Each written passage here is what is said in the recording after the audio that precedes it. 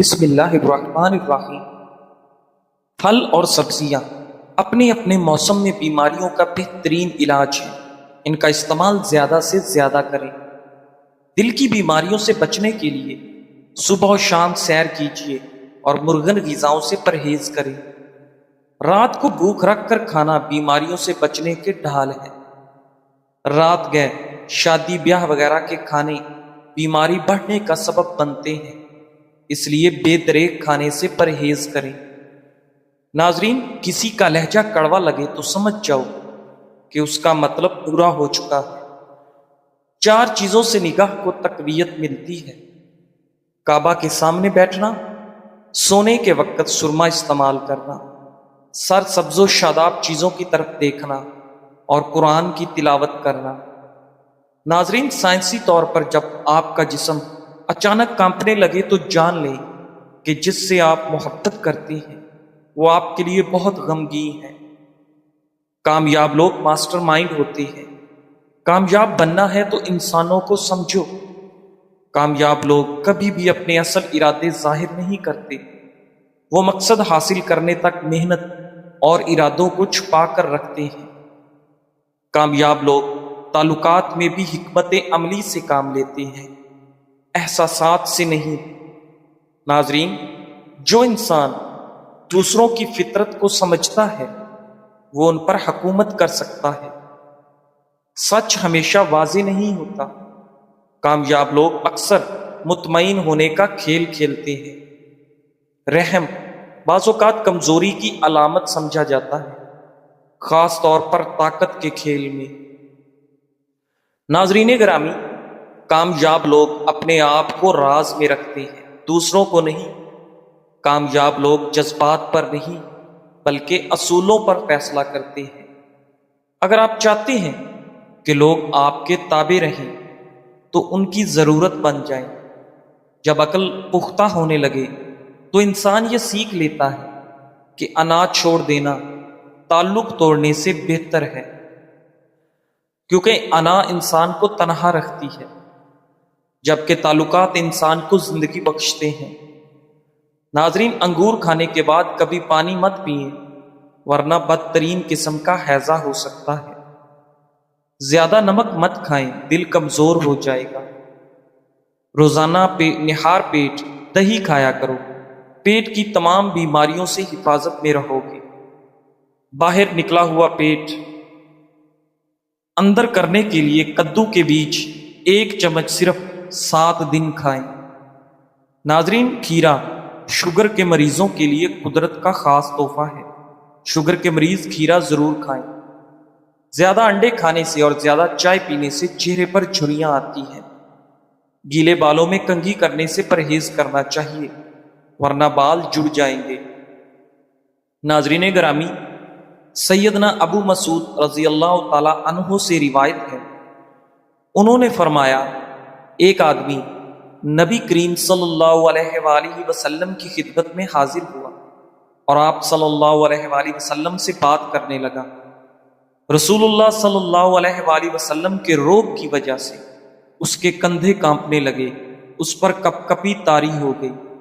رسول اللہ صلی اللہ علیہ وآلہ وسلم نے فرمایا، گھبراؤ مت، میں بادشاہ نہیں ہوں، میں تو ایک ایسی عام سی غریب عورت کا بیٹا ہوں جو خشک کیا ہوا گوشت کھایا کرتی تھی۔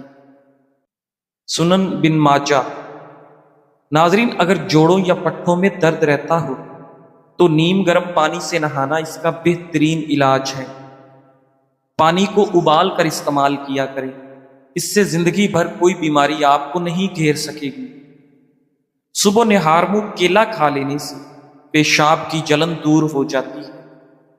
سونے کے فوری بعد نہانے سے فالج ہونے کا اندیشہ ہے۔ ناظرین گرامی، رات کو چہرہ دھو کر سونے سے نیند اچھی آتی ہے اور آپ کے چہرے پر جھریاں بھی نہیں آتی۔ سونے سے قبل 2 دانے بادام کھا لینے سے ساری عمر آپ بہرے نہیں ہوں گے اور نہ ہی کبھی آپ کا سانس پھولے گا۔ ہارٹ اٹیک سے بچنے کے لیے روزانہ صبح 30 منٹ واک کرنے کی عادت بنا لیں۔ نہار منہ لہسن کھائیں اور پانی کثرت سے پیا کریں۔ نہارمو ٹماٹر کھا کر دودھ پینے سے خون صاف ہو جاتا ہے اور نیا خون بنتا ہے۔ ناظرین، زیتون کے تیل کا مساج کرنے سے سکن اندر تک ملائم ہو جاتی ہے اور جلد کی بے رونقی ختم ہو جاتی ہے۔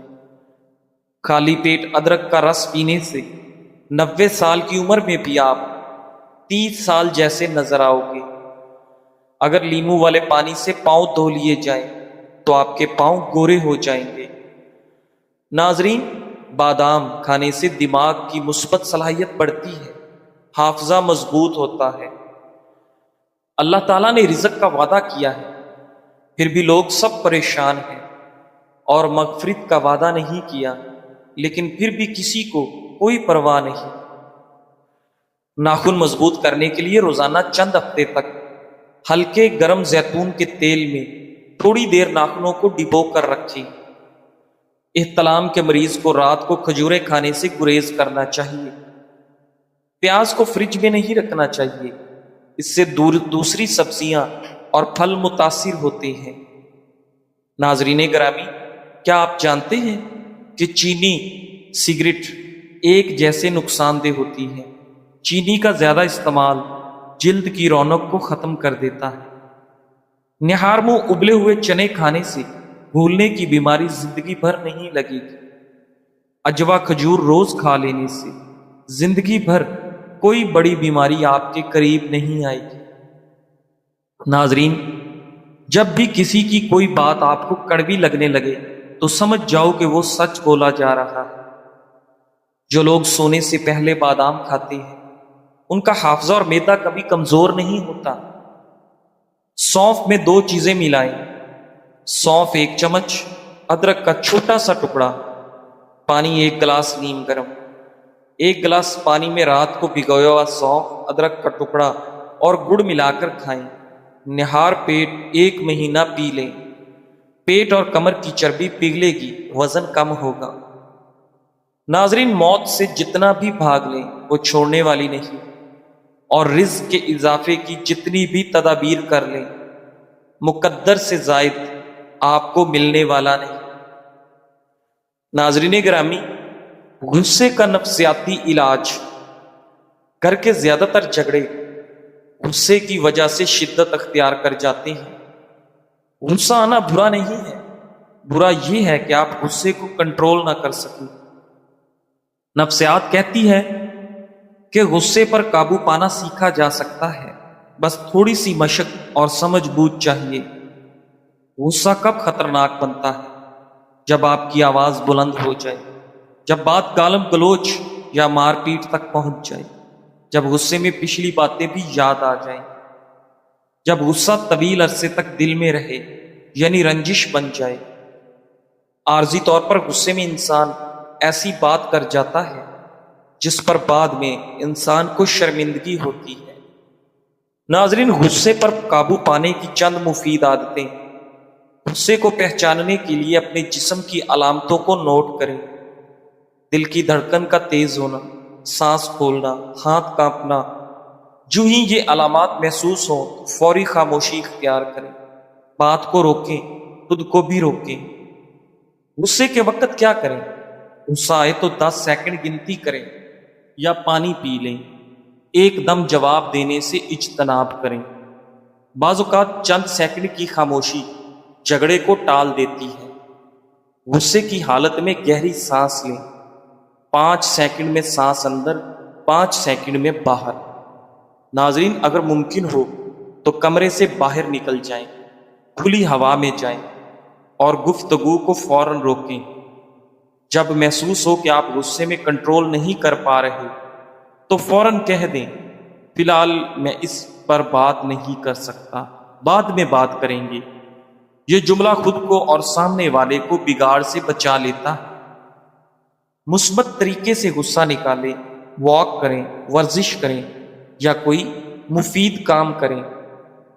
ناظرین، غصے کو اندر دبانے کی بجائے اسے صحت مند طریقے سے باہر نکالیں۔ دوسروں کو معاف کرنا سیکھیں۔ اگر کبھی غصے میں کوئی بات کہہ دی تو دیر نہ کریں، فوراً معافی مانگیں۔ معافی غصے کے اثر کو کمزور کر دیتی ہے۔ الغرض غصہ انسان کا قدرتی جذبہ ہے، مگر اس پر قابو انسان کو بڑا بناتا ہے۔ عادت بنا لیں کہ غصہ آئے تو فوری بولنے کی بجائے خاموش رہیں، غصے کو سنبھالنا سیکھیں، جھگڑے خود بخود کم ہو جائیں گے۔ گہری نصیحت۔ ناظرین، زندگی نے ایک بات بہت سختی سے سکھائی ہے، ہر چہرہ مسکراہٹ کے پیچھے مخلص نہیں ہوتا، اور ہر خاموشی بے بسی نہیں ہوتی۔ لوگ اکثر تب تک ساتھ ہوتے ہیں جب تک انہیں فائدہ ملتا رہے۔ جس دن تمہارے پاس دینے کو کچھ نہ رہا، اکثر وہی چہرے تم سے منہ موڑ لیتے ہیں جنہیں تم اپنا سب کچھ سمجھتے تھے۔ کبھی کسی پر اندھا بھروسہ نہ کرو اور اپنے دکھ سب کو نہ سناؤ، کیونکہ کچھ لوگ تمہاری کہانی سنتے نہیں، وہ تمہاری کمزوری تلاش کرتے ہیں۔ زندگی کا اصل سکون یہ ہے کہ تم اللہ کے ہو جاؤ، باقی سب فانی ہے۔ ناظرین، جس وقت مسلمان نماز پڑھتا ہے تو اس کے گناہ اس کے سر پر رکھے جاتے ہیں، جب یہ سجدے میں جاتا ہے تو سارے گناہ گر جاتے ہیں۔ نمازی جب نماز سے فارغ ہوتا ہے تو وہ گناہوں سے پاک صاف ہو چکا ہوتا ہے۔ ناظرین، رسول کریم صلی اللہ علیہ وآلہ وسلم نے ارشاد فرمایا کہ جو شخص وضو کی حالت میں ذکر کرتے ہوئے سو جائے اور پھر جب رات کے کسی پیر اس کی آنکھ کھلے یا بستر پر وہ کروٹ لے، اس وقت وہ اللہ تعالیٰ سے دنیا و آخرت کی بھلائی کی جو بھی دعا مانگے گا تو اللہ تعالیٰ اس کو وہ ضرور عطا کرے گا۔ سنن ابو داؤد۔ ناظرین گرامی، نفسیاتی تحقیق کے مطابق خوابوں میں اپنے کسی محبوب فرد کو دیکھنا محبت کی مخلص ترین اقسام میں سے ایک ہے، یعنی آپ اس خواب میں آنے والے سے بہت محبت کرتے ہیں۔ تنہائی بہت سے جسمانی اور ذہنی عوارض کے لیے کھاد کا کام کرتی ہے۔ یہ آرتھرائٹس، الزائمر، کینسر اور دوسری بے شمار خطرناک بیماریوں کی پرورش میں نمایاں کردار ادا کرتی ہے۔ بڑی عمر کے افراد میں بیماریوں کی بڑی وجہ ڈپریشن اور تنہائی جیسے امراض ہوتے ہیں۔ صحت مند رہنے کے لیے انہیں میل جول بڑھانا چاہیے، اپنی عمر کے افراد کے گروپس اور تنظیموں میں شمولیت اختیار کرنی چاہیے، فلاحی کاموں میں حصہ لینا چاہیے، زندگی کو بامقصد بنانا چاہیے۔ یہ تنہائی اور ڈپریشن کے خلاف ایک مؤثر اقدام ہے۔ ناظرین، عالمی ادارہ صحت ڈپریشن کو ایک ابھرتا ہوا سنگین خطرہ تصور کرتا ہے۔ اکثر لوگ شادی کو صرف ایک رسم یا معاشرتی ضرورت سمجھتے ہیں، لیکن اگر ہم نفسیاتی نظر سے دیکھیں تو شادی انسان کی جذباتی، ذہنی اور جسمانی ضرورت ہے۔ نفسیات کہتی ہے کہ ہر انسان کو محبت، عزت، اپنائیت اور تحفظ عزیز ہوتا ہے۔ یہ چار چیزیں شادی شدہ زندگی کی بنیادی اینٹ ہیں۔ شوہر اور بیوی دونوں کا سب سے بڑا سہارا ایک دوسرے کی عزت کرنا ہوتا ہے۔ اکثر شادی شدہ لوگ شروع میں تو بہت خوش رہتے ہیں، مگر وقت گزرنے کے ساتھ ساتھ ان کے رابطے میں کمی، توقعات کا پورا نہ ہونا، انا یا ضد، چھوٹی باتوں پر بدگمانی میاں بیوی کو ایک دوسرے سے دور کر دیتی ہے۔ شادی شدہ زندگی کامیاب بنانے کے لیے یہ چند باتیں ضرور یاد رکھیں۔ ناظرین، اگر میاں بیوی کے درمیان اختلاف ہو تو فوراً کوئی حل نکالا جائے، ورنہ اختلاف میں شدت آئے گا۔ وہ شادی کامیاب ہوتی ہے جب میاں بیوی ایک دوسرے کی خامیاں چھپاتے ہیں، اچھائیاں سامنے لاتے ہیں اور مشکلات میں ایک دوسرے کا ہاتھ تھامے رکھتے ہیں۔ ناظرین، اگر ایسا نہ ہو تو شادی زندگی کو عذاب بھی بنا سکتی ہے۔